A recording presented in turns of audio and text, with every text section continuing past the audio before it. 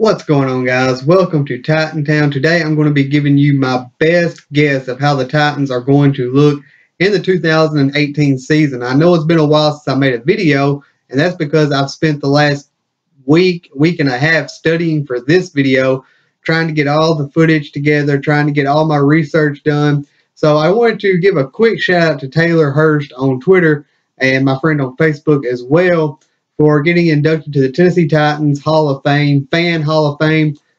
He does a lot of great work for the Titans community. He made the logo that you see right here, or right here because I'm mirrored, for the channel. He's helped me out a lot. He helps out all the guys. He really loves his Titan families. He made some images, some frames for your profile picture and put them in the Facebook storage deal, whatever it is. But anyways, let's jump into this video. In this video, I'm going to be comparing everything. I'm going to be talking about stat-wise, technique-wise, play calling, scheme, everything, offense and defense. So this video is going to be a while. Hope you appreciate it. Hope you enjoy it. Be sure to leave a like on the video. Subscribe if you haven't yet, because I do have a lot of videos coming out here in the next week or so that I think you will really enjoy. So let's start out with the most important position on the football field, and that is the quarterback position. Let's compare Marcus Mariota to a few quarterbacks that Matt LaFleur has coached in the past. So here it is. What's up, guys? It's Cody from the past here. So we're going to be looking at RG3 here. This is when Matt LaFleur was his coach. And we're going to be looking at the very basics to start out with. We're going to be looking at his feet, where he's holding the football, and then we're going to compare that to some of Marcus Mariota's throws to try to get a good idea of how Marcus is going to look in 2018 under Matt LaFleur. And I want to apologize if my audio is a little bit shoddy, or if you're hearing the lawnmower in the background. The guy right next to me is mowing his yard. But if it's a little bit shoddy, I do apologize. I'm not sure if that's the way it's coming through my microphone, or if that's just how it sounds whenever I'm playing it back to myself, because this is like my third attempt trying to do this. I really need to get this computer in the shop. So let's go ahead and look at this play, and I'll try to stop it in the right spot and give you a zoom in, get you real close to see exactly what he is doing. And then we'll look at some clips of Marcus Mariota. So let's take a look at this here, and I'm going to hit play now.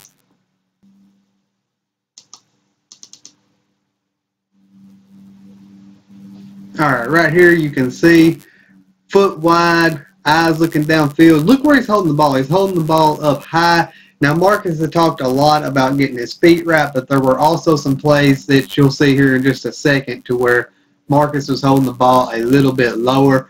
But as you can see, his feet's wide here, got his eyes downfield, got the ball in a position to where he can release it in a split second, or even quicker than that, probably about a 30th of a second. So let's watch what happens on this play here.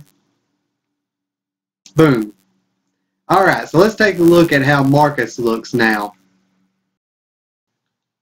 All right, guys, I know I said we was going to go to Marcus Mariota next, but I got a little bit ahead of myself, so just bear with me here. I'm having to do a bulk recording to get all these videos ready for the actual main video you're watching with Cody now. So we're going to look at Matt Ryan. This is also when Matt LaFleur was his quarterback coach.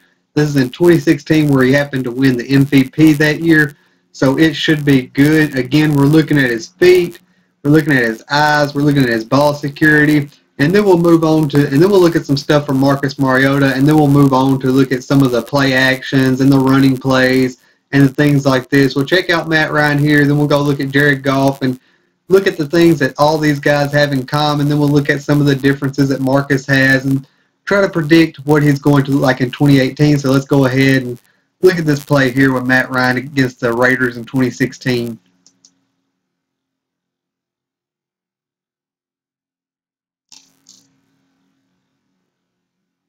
Bam, look at that, feet wide.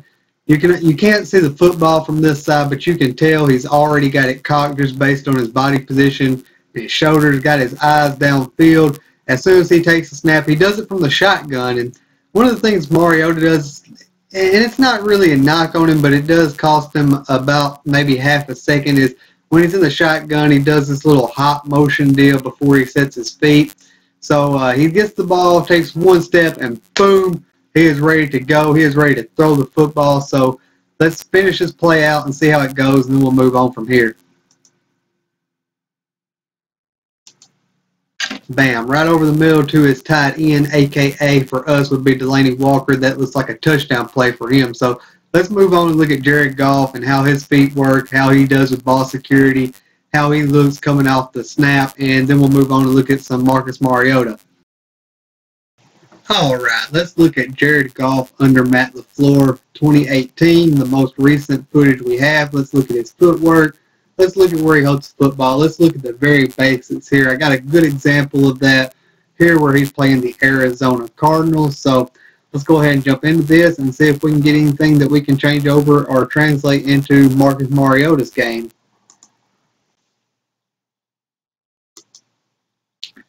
Got the football held up high, as you can see here. Let me zoom it in so you can see even better.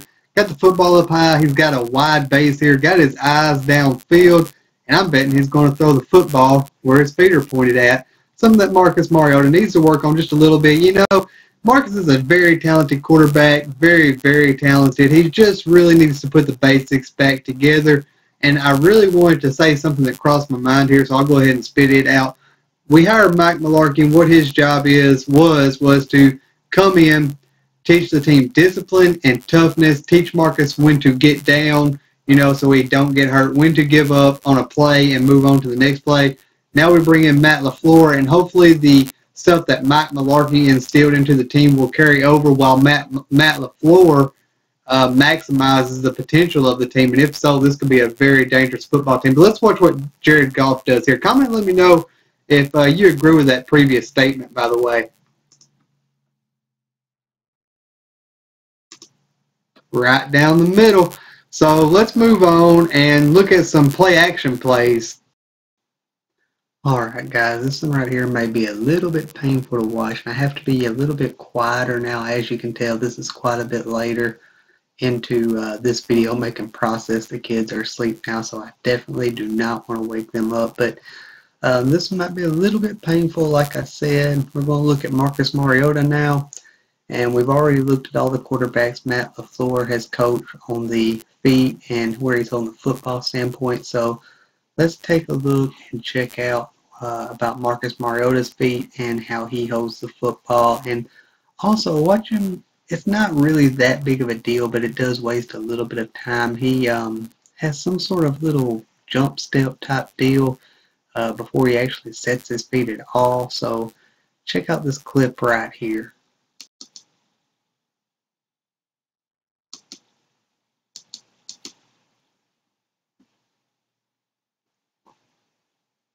Now look how close together his feet are right here. I mean, they're just, like shoulder length apart. As you could see from the other quarterbacks, they had a good wide base. They was chopping their feet.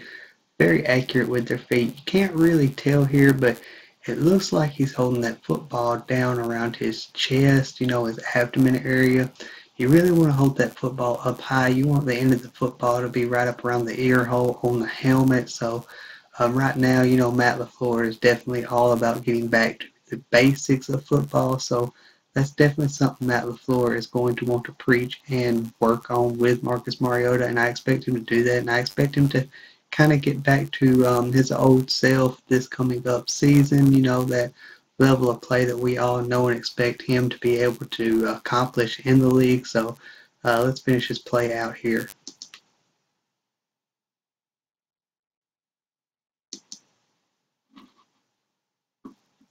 So that play ended up being an interception. So we know Marcus is going to get back on track. It is a new system that he's going to have to learn, so hopefully he can do it sooner rather than later. But let's move on and look at some play actions. Alright guys, before we move on to looking at some play action, I found one more play that really shows how Marcus is holding the ball too low. It's got a great angle, so I just wanted to check that out and show you guys exactly what I'm talking about before we head into looking at the play action. So this is against the Pittsburgh Steelers, and this is where Cody Sensabaugh, a former Titan, was able to make the interception on Marcus. So let's hit play here, and I'll show you exactly what I'm talking about.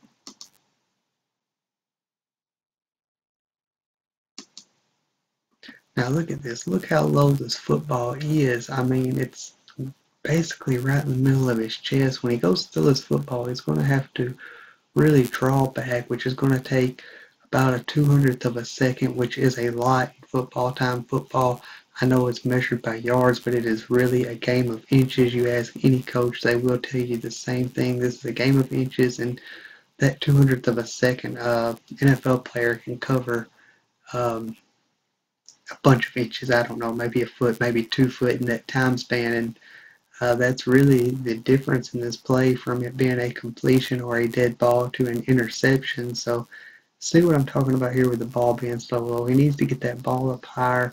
Again, he's not got a very good base here. You can't really tell that from this angle, but you can tell a little bit. So he hasn't got a good base here. So really his mechanics and fundamentals, he just really needs to get back to the basics. If he does that, he's going to be great, you know, because teams really have to respect his running ability. Teams really have to respect the accuracy that he has whenever he has a good base, because he's not, this is not an every down, every play type of situation with Marcus. There were times where he got a good base. He was holding the football right. You know, I had to do a lot of studying and digging for this, but, you know, he was just a little bit too inconsistent, and, you know, it's just the small things like that that make the real difference here. So I know it's painful. Let's go ahead and finish this play out, and then, like I said, we'll get on to the play action plays, which spoiler alert for this spoiler alert video to you future people that Cody from the past is talking to. Marcus is not bad at play action, and if I had to tell you that, I mean, I guess you learned something new, but that's no secret at all. So let's finish this play out here.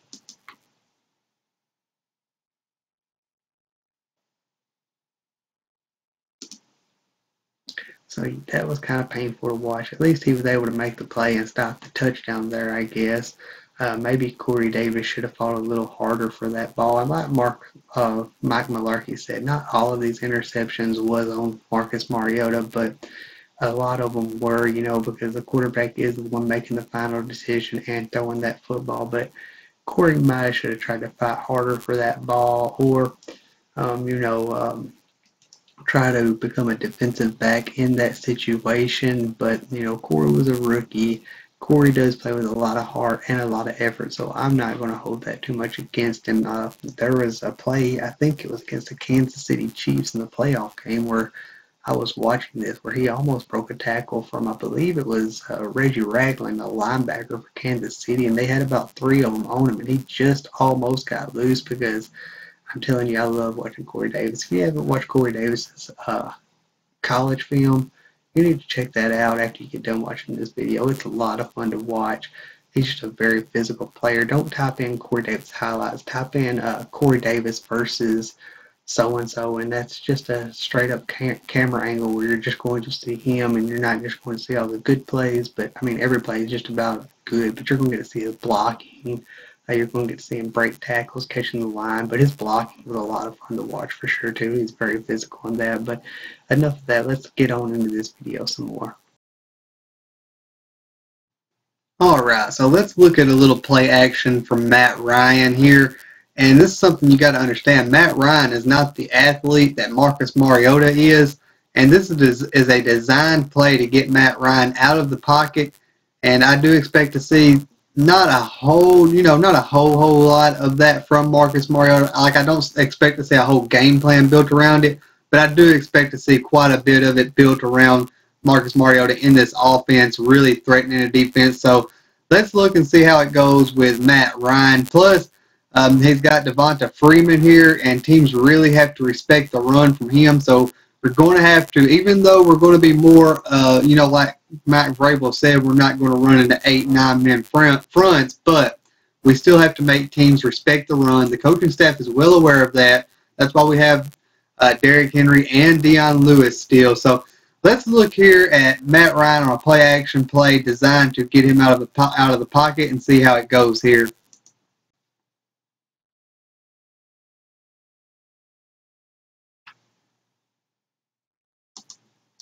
That was just Carolina all the way, guessing run, run, run. The line moved over to the left. Matt Ryan went to the right. You just seen the whole defense shift over to that side over there to the left. And then once they realized that, they was all over Matt Ryan. And then Not sure who this wide receiver is here. This is 2016, of course. He was just wide open. So I expect to see some of that within the Titans offense. So let's move on and look at some play action from Jared Goff here. All right, guys, this is a play from Jared Goff. It's a play action play. It goes by way too quick for me to pause it at the right moment. Excuse me. So I'm going to play it in slow motion for you guys. And what I want you to see here is as soon as Jared Goff, I'm going to call him Derek for some reason, as soon as Jared Goff fakes the football, pulls it back, jerks his head around, boom, he is in perfect position to throw. As soon as he turns his head around, his feet split. He's got the football up high, and he is ready to go. So I'm going to hit play here, and you guys can check it out.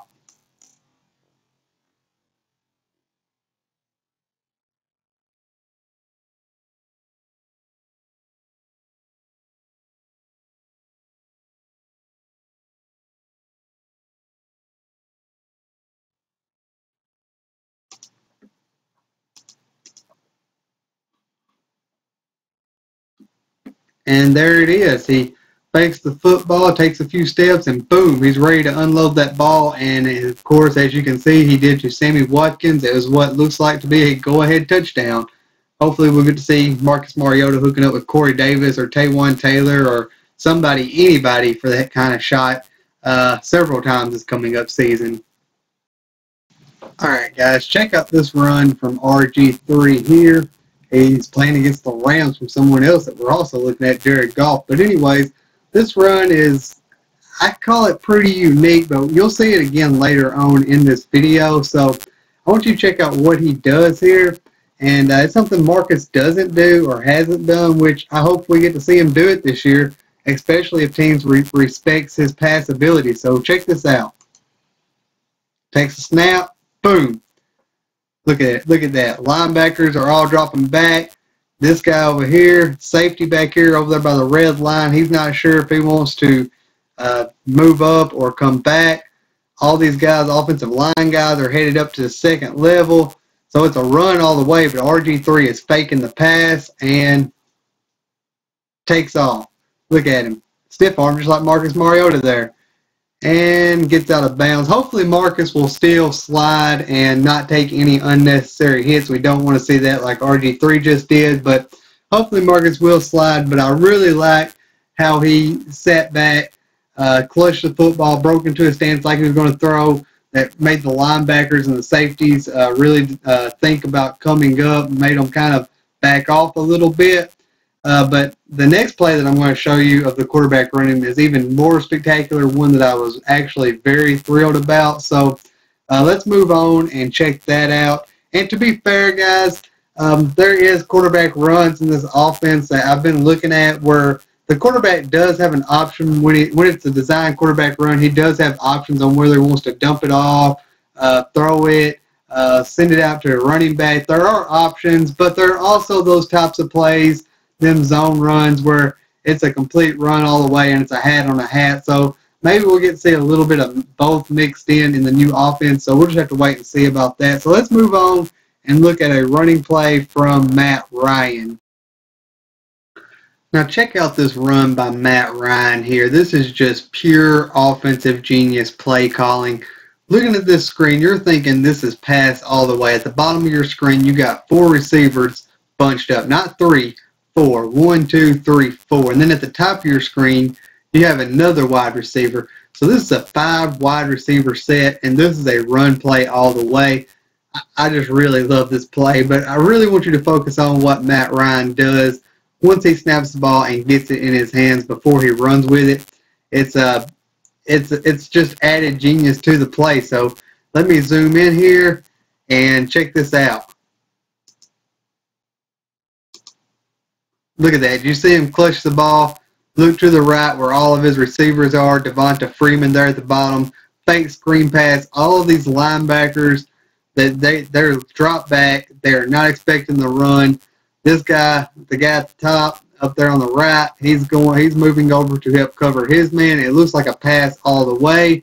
Matt Ryan's got his feet wide, got the ball clutched like he's ready to throw it, and he takes off for the touchdown. That was just a pure genius play. That was probably one of my favorite plays that I've watched so far. And I really wanted to compliment Matt Ryan real quick. Out of all three of these guys that I've watched, all three of them had a phenomenal year in the year Matt LaFleur was with them. But I have to say Matt Ryan is the best. His footwork is just spectacular. It's on a whole nother level. Now, I'm not a quarterback guru at all.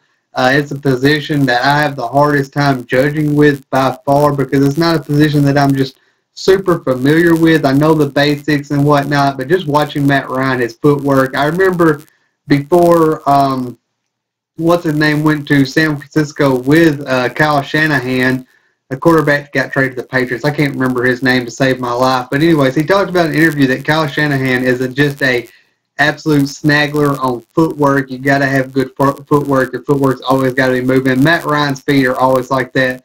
They're pointed where he's going to be throwing the football. He's just so active with them, always working his feet, making sure he's going to be in a good position to throw. I really enjoyed watching that part of Matt Ryan's game. I hope Matt LaFleur is just as passionate about the footwork because just looking at the play, it just makes such a big, huge difference. So let's move on and look at some runs by Jared Goff. If I can even find any, so let's keep our fingers crossed about that. All right, now that we've watched some videos and did some comparisons from technique-wise and scheme-wise and different things like that, let's crunch a few numbers. So in 2012, while Matt LaFleur was RG3's quarterback coach, he posted a 65.6 completion percentage, 3,200 yards, 20 touchdowns, and 5 interceptions. Matt LaFleur was also his quarterback coach in 2013. In 2013, he posted a 60.1 completion percentage, 3,203 yards, 16 touchdowns to 12 interceptions. So his play kind of did fall off. That could be due to the NFL kind of figuring him out when they was kind of taken by storm his rookie year. It could also be due to injuries that built up. Moving on to 2015, where Matt LaFleur, well, let's start out in 2014 and look at Matt Ryan before he got Matt LaFleur as his quarterback coach. He posted a 66.1% completion percentage, 4,694 yards, 28 touchdowns to 14 interceptions. 2015, LaFleur comes along, and Matt Ryan posted a 66.3% completion percentage, 4,591 yards, 21 touchdowns to 16 interceptions. In 2016, this is where I feel like they really kind of, I'm not talking about just Matt LaFleur, I'm talking about Kyle Shanahan and that whole offensive group with the then Atlanta Falcons. This is where I think they put it all together. Matt Ryan won the MVP this year.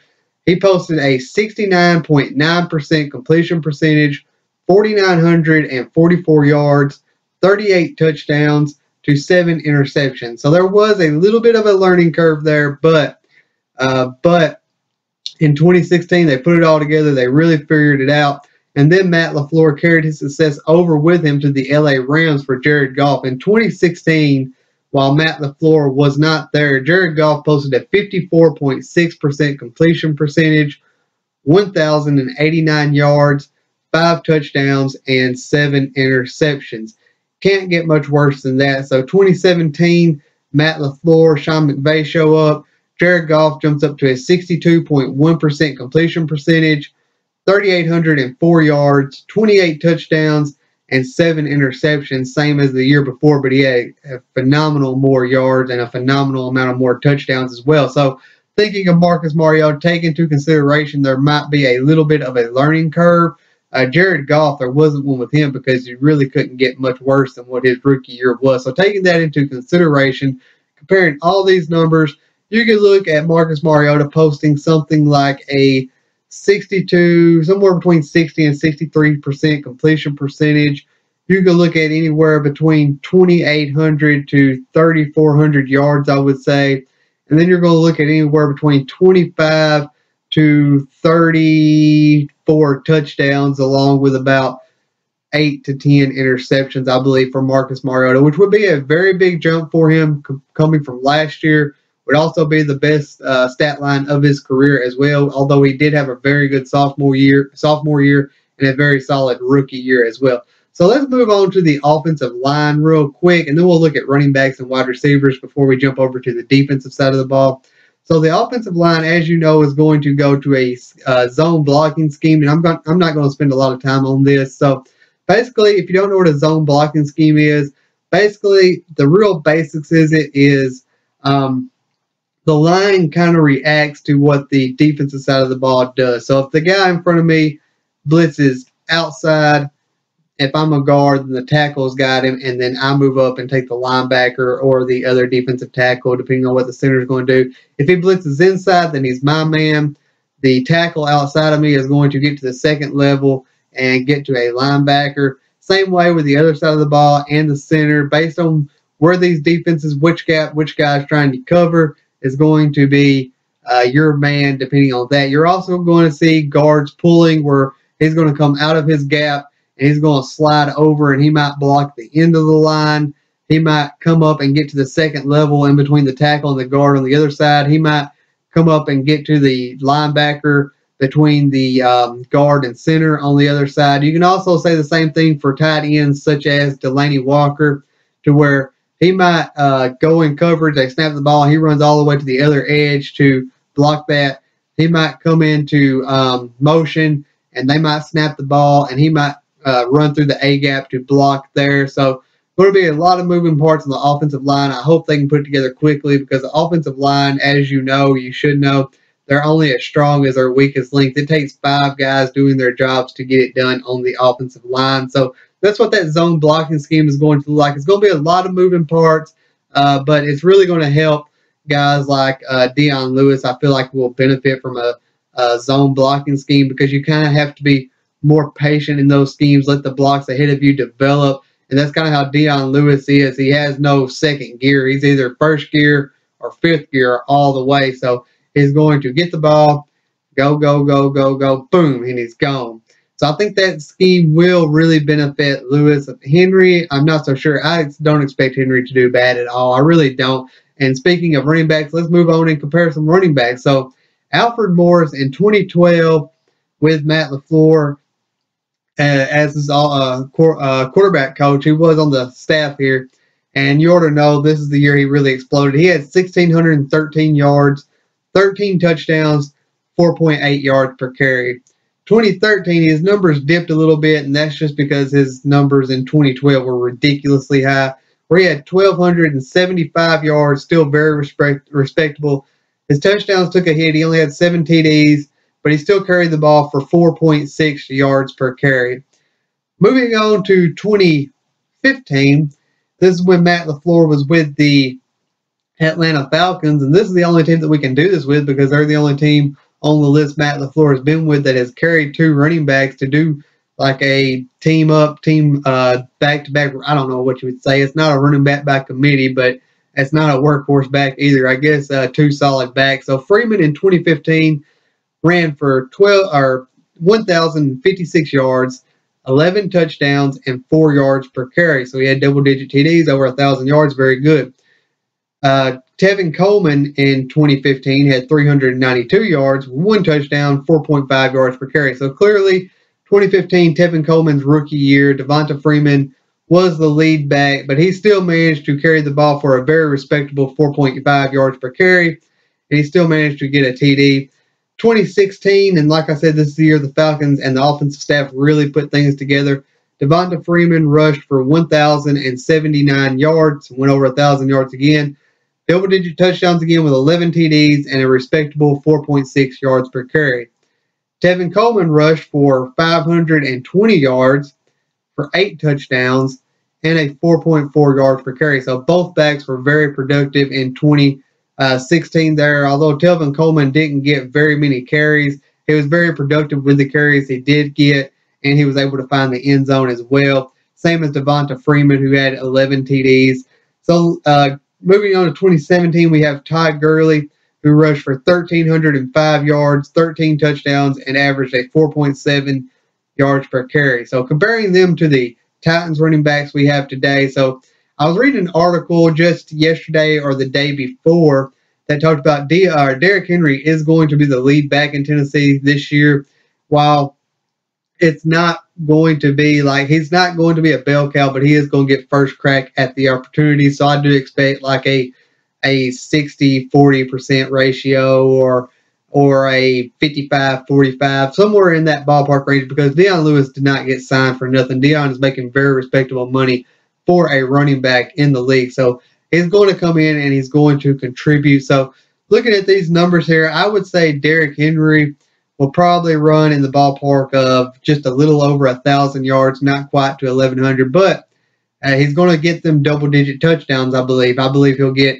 10 or 11 touchdowns based on what these other guys are getting and and the talent levels below, and he'll average about a 4 or 4 anywhere between a 4 and a 4.5 yards per carry. Dion Lewis, on the other hand, is a little more tricky to really kind of navigate through, because Tevin Coleman's the only one that you really have to compare him to, but we know that he's going to be used a lot more than what Tevin Coleman was while Matt LaFleur was there. So I'm going to say Dion is going to rush anywhere from 700 to 900 yards, but he's really going to be working in the passing zone. Looking at some of the tape that I've watched, I should have added these stat lines to this video, but I didn't.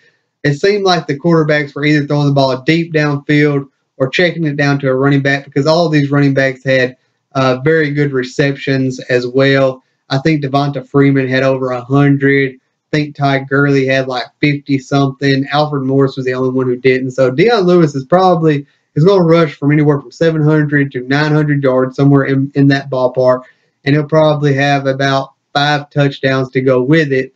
But then he's also going to have about 50 catches or receptions, if you want to call them, for about another, I don't know, say 700, 800, 900 yards, possibly 1,000, and probably another 5 to 6 touchdowns as well.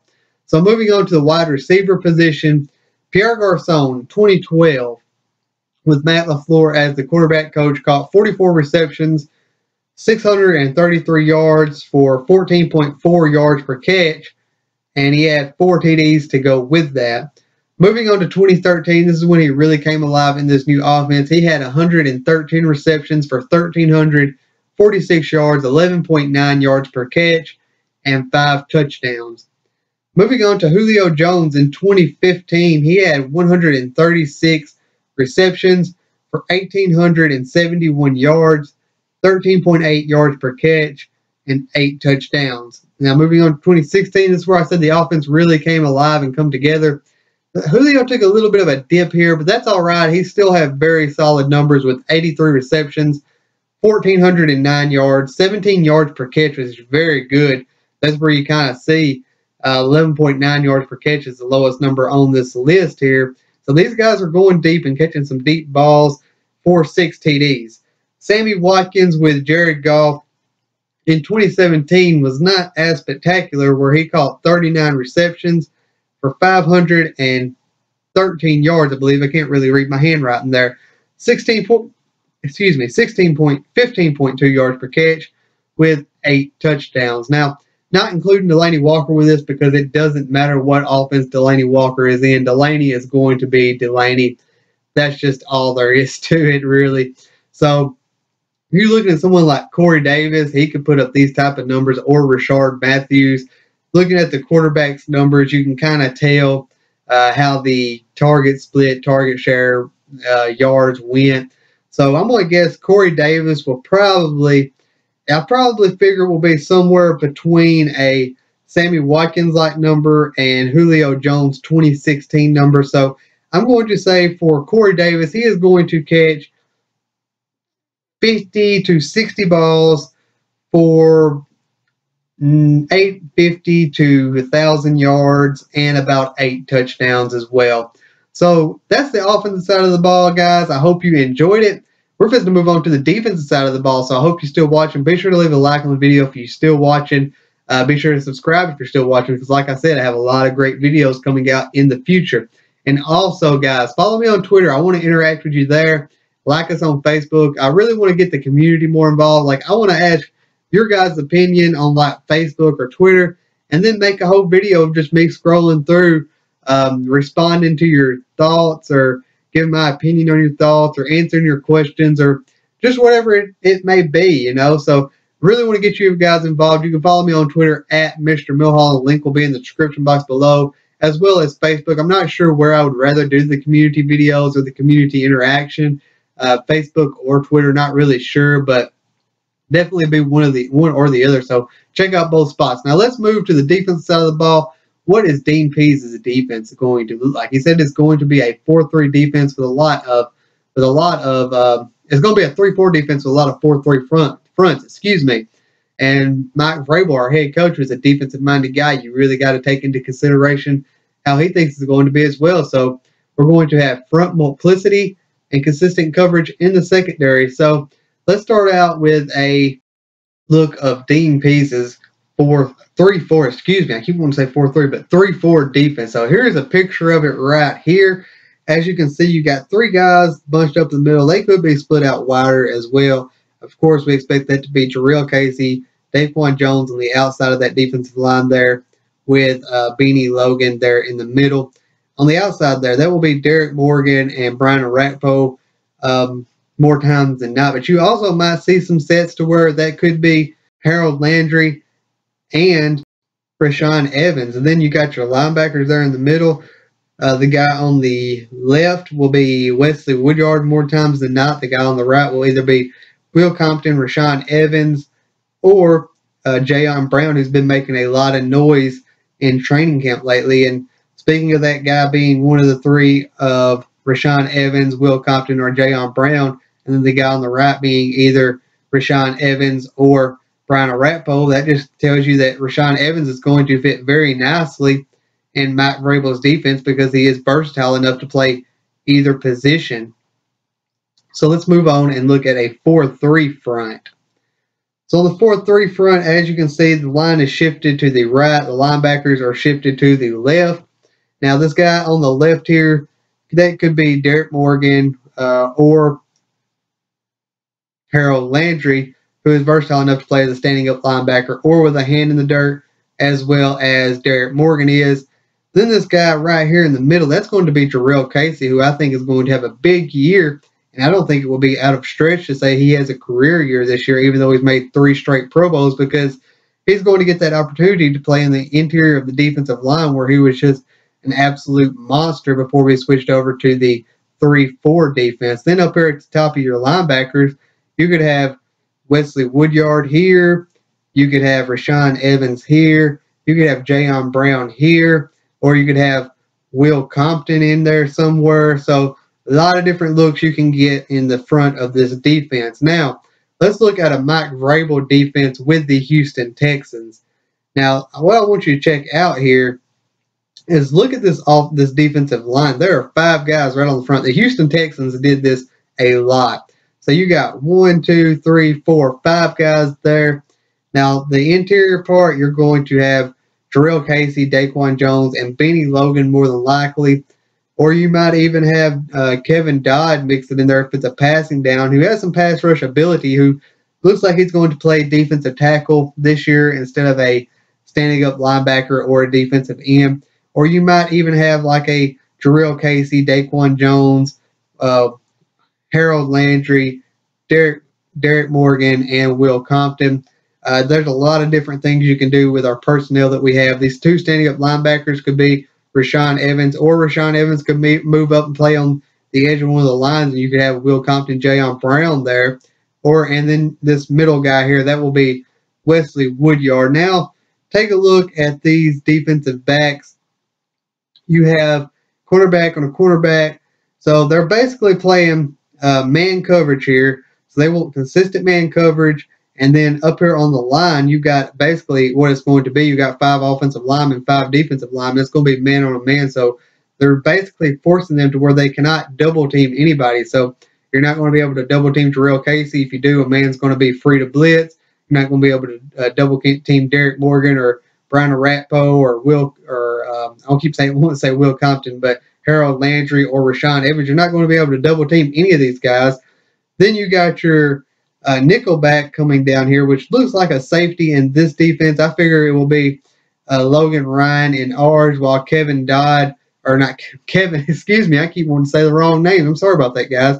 While Kevin Byard would probably be more likely to play as a single high sideline to sideline safety in this defense. But anyways, guys, I hope you enjoyed this video. Be sure to leave a like on it if you did. Be sure to share this video out because I'm very proud of this video. It took a lot of time, a lot of effort, a lot of research. Been working a lot of overtime at work. Been sick, been down for a few days last week, but still studying, still grinding, getting through. A lot of great videos coming up. And as you know, as I always say, tighten up and God bless.